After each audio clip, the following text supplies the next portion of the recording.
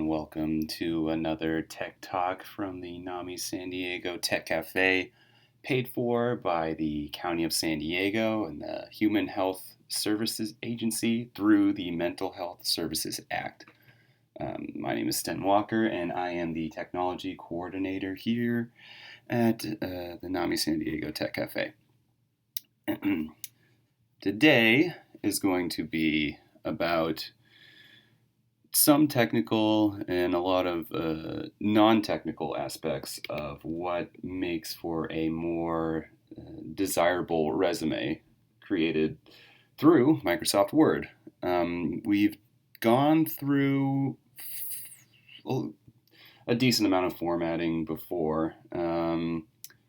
Today I am going to play around with some templates and utilize it for what it is, and also have a few minor critiques for the way it's set up. They don't. There's no real right answer for what makes a great resume. You know, it's not black and white, but there are definitely a few details and things to and do's and don'ts to give yourself a leg up on compared to other people's resumes. So, first of all, what is a resume? It's a brief summary of a person's education, qualifications, previous job experience, and it's submitted with a job application or as a request for an interview. It's the first impression that a potential employer will see, and it should be professional, bite-sized, but yet detailed, of course, and it can come in a couple different formats. Sometimes there are digital copies that an employer will request, or others expect a paper copy. Sometimes some of them are chronological, as in time-based. You know, I've accomplished this way back in yesteryear, and these are my more recent ones, or reverse order. Doesn't really matter. And others are based more on skills and certifications than about specific jobs.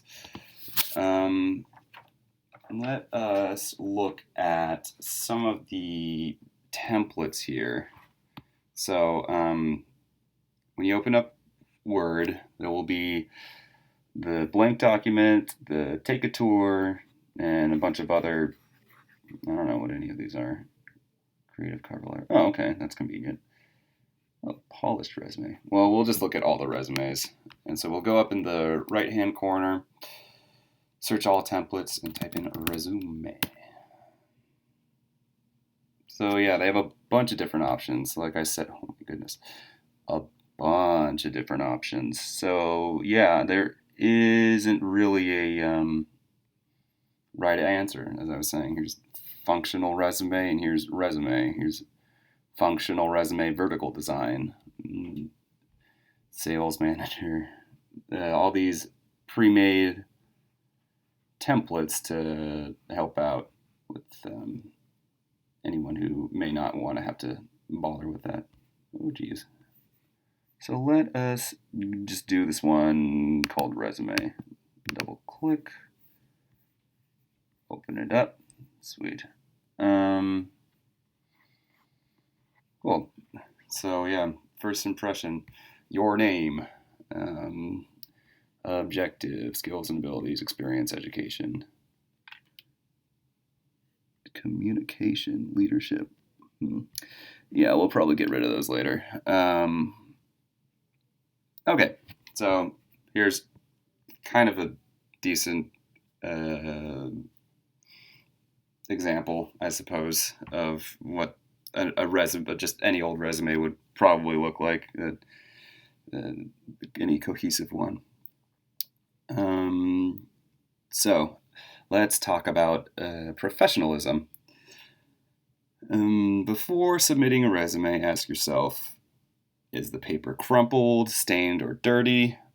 Obviously, most of the time that will not leave the best impression. I mean, maybe there are some jobs that are about getting dirty, but I highly doubt there would be many employers who would be impressed by stains and smudges. Um, Another thing to ask is your font something silly like Comic Sans? I will demonstrate right now. So this font is Calibri, which is a typical one for default. Okay, so this template automatically caps locks the name part. So let me go ahead and change it to just for an example.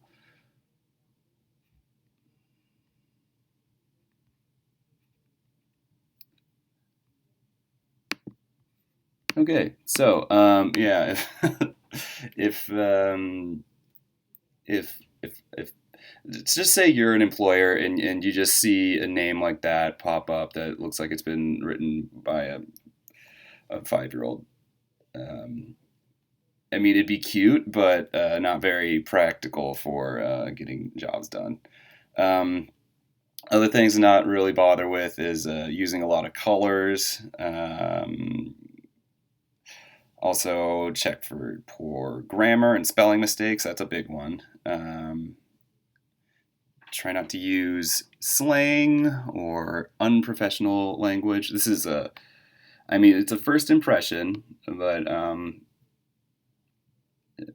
it it's supposed to reflect ourselves, but sometimes there are aspects of ourselves that we want to leave at home. If you're getting a full-time job, you'll have 16 hours a day to be your wonderful, vibrant self. But when trying to get a job, in general, it's best to you know keep it more clean cut, I suppose.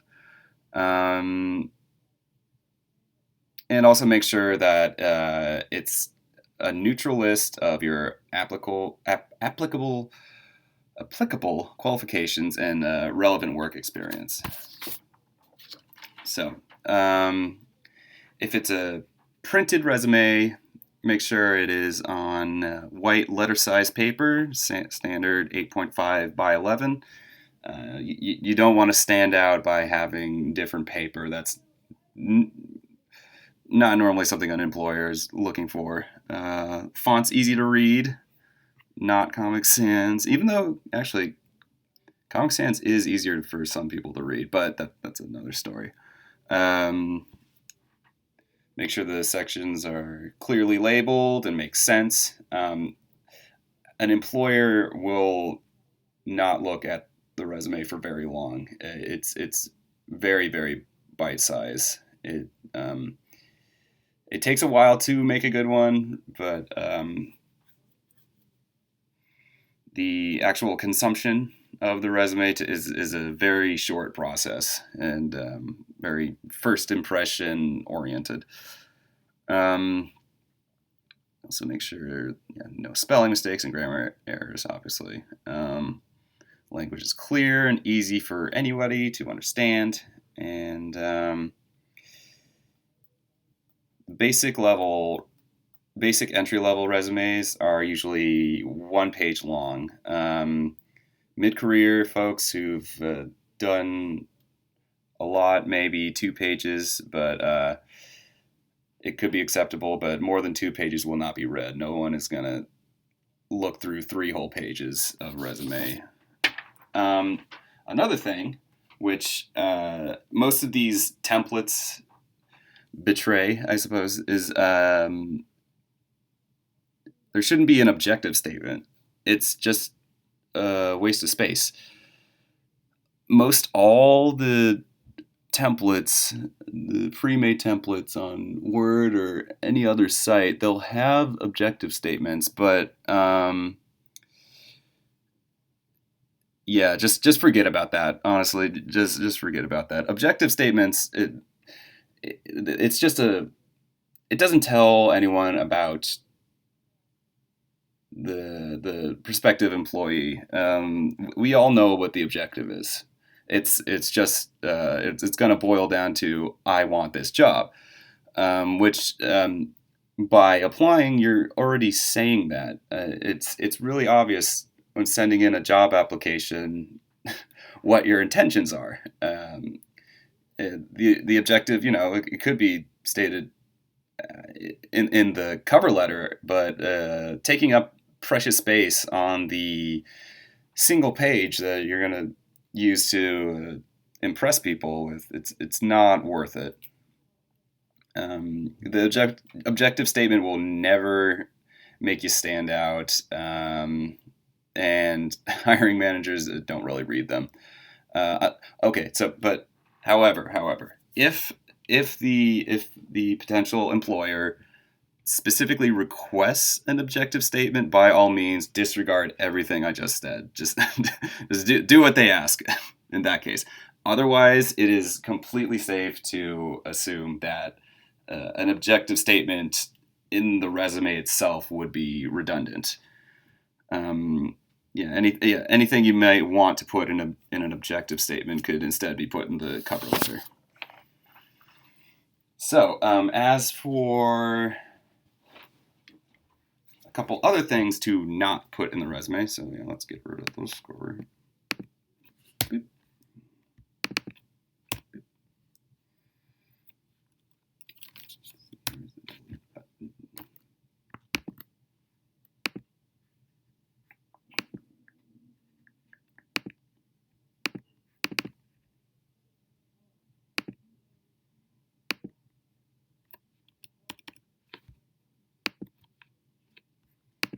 Get that out of there in a bit. So what other things to not put in the resume? It'll always be tempting to use cute buzzwords such as or buzz terms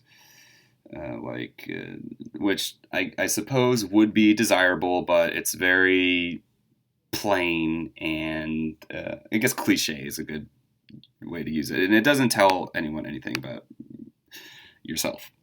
Things like team player or effective communicator, and those are fine things to be, but you'll want concrete accomplishments listed on your resume to back that up.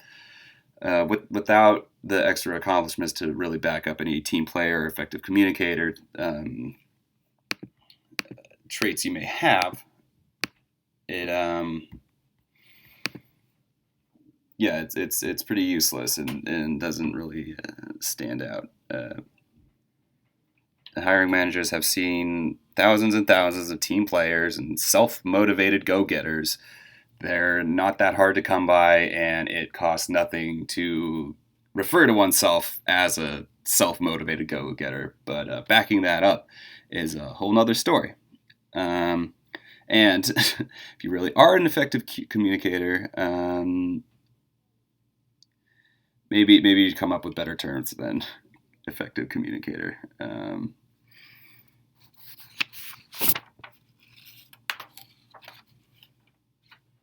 And when filling out a work experience, do not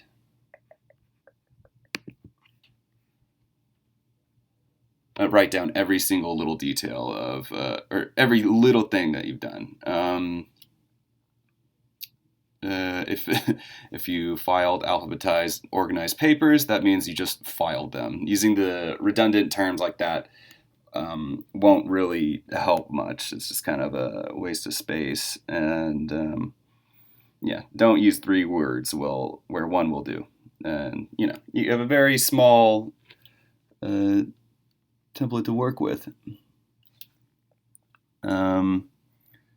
And also don't include personal information, as in hobbies and relationships. You want to keep it to skills that could be backed up, experience that could be backed up, education that could be backed up, volunteering that could be backed up. it just, it I mean, it really depends sometimes, but for the most part, you want to save space for your professional accomplishments.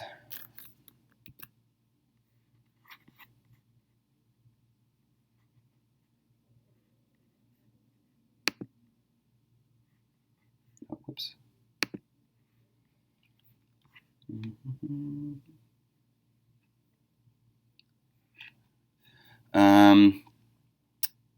As for other things, do not put it in a resume.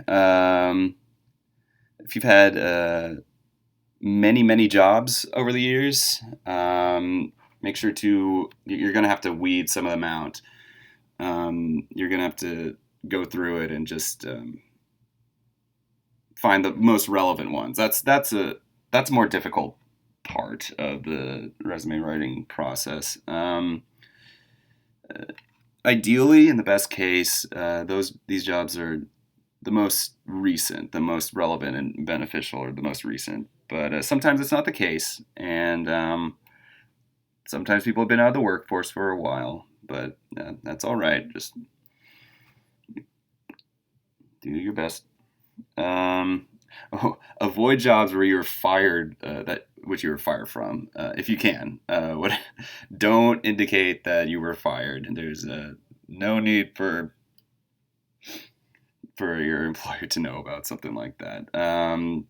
Remember, we're trying to make ourselves look good. We're not trying to, we're being our true selves to a degree, just for what's suitable for the situation. And if it is avoidable, don't put any jobs on your resume which were held for less than a year. That employers will probably want to know why it didn't last so long. Usually, if it's less than a year, that means that something went wrong, and they'll want to know about it. There could be a perfectly valid reason for it, and mentioning it would probably be fine. Also, unless requested, no pictures. No need to submit a headshot unless you're trying to be a model. Don't bother submitting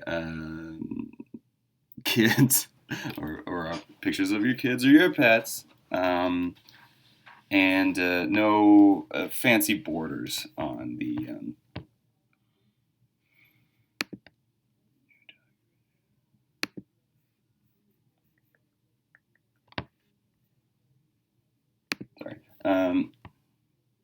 no fancy borders, no cute fonts, no glitter and sparkles. Also, do not spray perfume on your paper. That won't work out well. That's just not something. That's not a good way to stand out. I guess I'll just put it that way. It doesn't really. It just proves that you have perfume, which doesn't most jobs don't really care about that. Things to put in your resume: volunteering for any programs, internships. If you were part of any after-school activities, or these are good ones for if you don't have extensive work history. That information helps show that there's still a bit of motivation in you. Oh yes.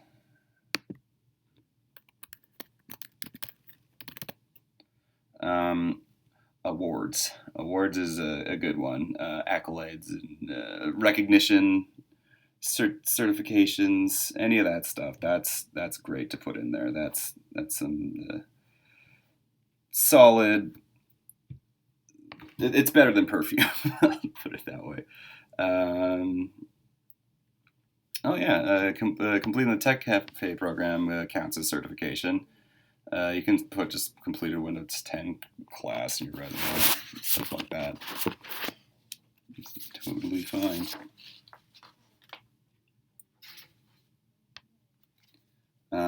If you're applying for a job in an office, employers would like to know that you're familiar with computer programs, and listing the programs you're comfortable using in a professional setting is a great idea. That can go under that's leadership. My goodness, skills. Excel, PowerPoint, Word, just the standard. It's called Microsoft Office for a reason. If you know other computer programs, or if you know Apple computers, not yeah, there are offices that use Apple. Most of them use PC, but mentioning that you know Mac, if it's relevant, could be helpful as well. Another thing, I guess it could apply to skills. Languages. Languages can put you. Being bilingual will sometimes just be the tiebreaker for some people. It is beneficial to put language fluencies in your resume. And if you're already applying, if you're already writing a cover letter and a resume in English, again, to avoid redundancy, we don't need to mention that we speak English. It's evident already. And just other experience like using multi-line phones, managing calendars on Outlook, sitting on boards, that can all help quite a bit. Also, if you are submitting electronically, make sure you have a very professional email address. You don't want just your first name, last name at Gmail or at Outlook or whatever will suffice. Or if it's already taken, put a dot between your first and last name. Put your middle initial. Putting some numbers afterwards is totally fine. There's a lot of people with the same name. And that's your best bet for a professional looking email.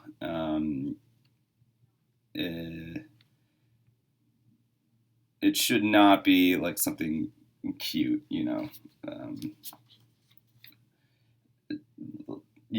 cat lover, whatever, something like that.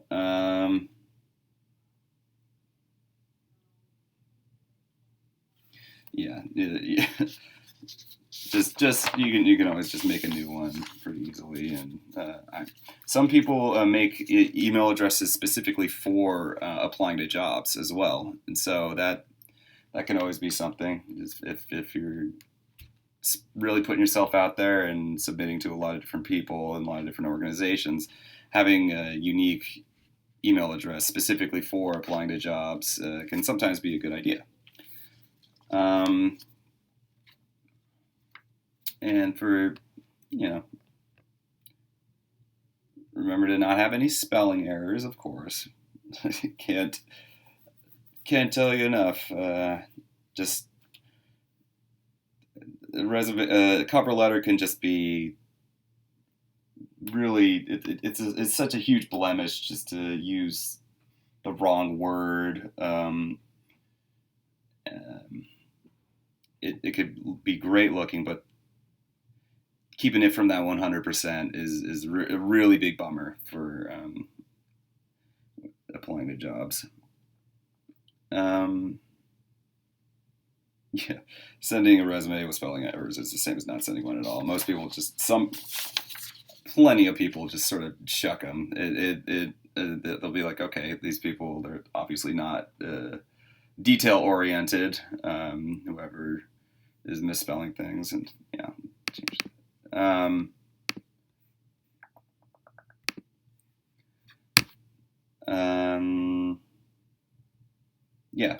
Also for Grammar, on the other hand, it's kind of weird. You're making a list of your experiences, traits, and qualifications, and you're using full sentences every time. Wait, no, you're not making full sentences. Excuse me. One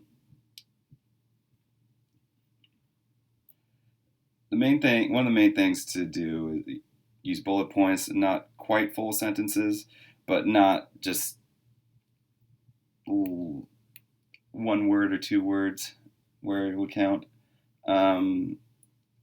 Being consistent with tenses, past or present, like a managed multi-line phone system or manage multi-line phone system or something like that. If you switch between them, that doesn't really flow very well and doesn't look very great.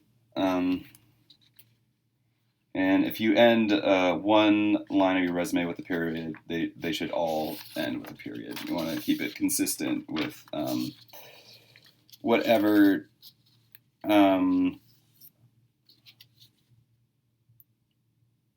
choice you made for that. So yeah, switching tenses is bad. Having and also spelling. So pretty easy.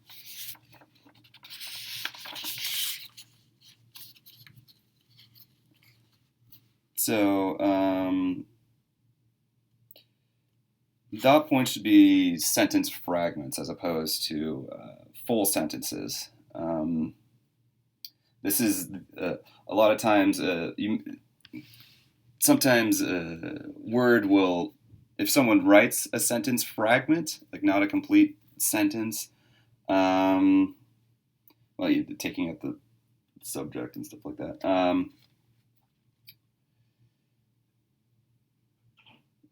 Yeah, when writing a resume, just pretend that there's imaginary "at this job, I" before everything you say. So, at this job, I answered phones courteously, routing callers to the desired destinations. And just remove the "at this job, I," and that will make it the accepted way of doing things.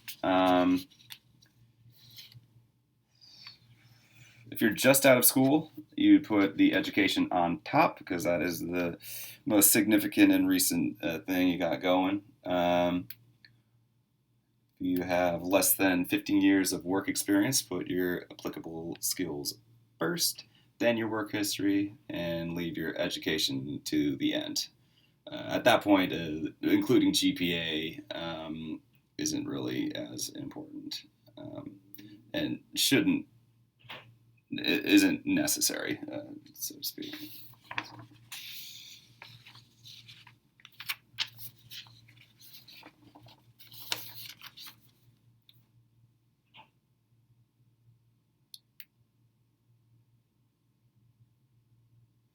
So yeah, you can always go to one of these templates, but they aren't always guaranteed to be the most ideal. Or we have the objective thing, and just putting leadership there is just kind of weird. What was the other thing they had? It was leadership, communication. Yeah, I don't know what that means.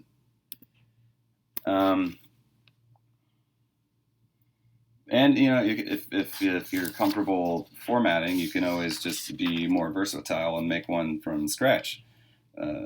That's always a viable option, and it's a good skill to have. Maybe I'll make one next time. But anyways, that's about it for on time.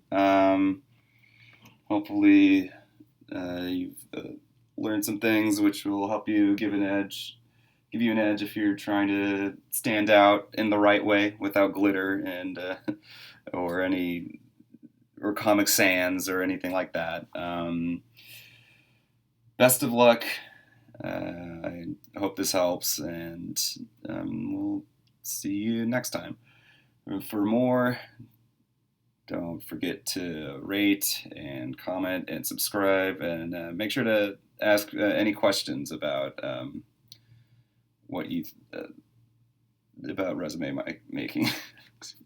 Thanks for watching.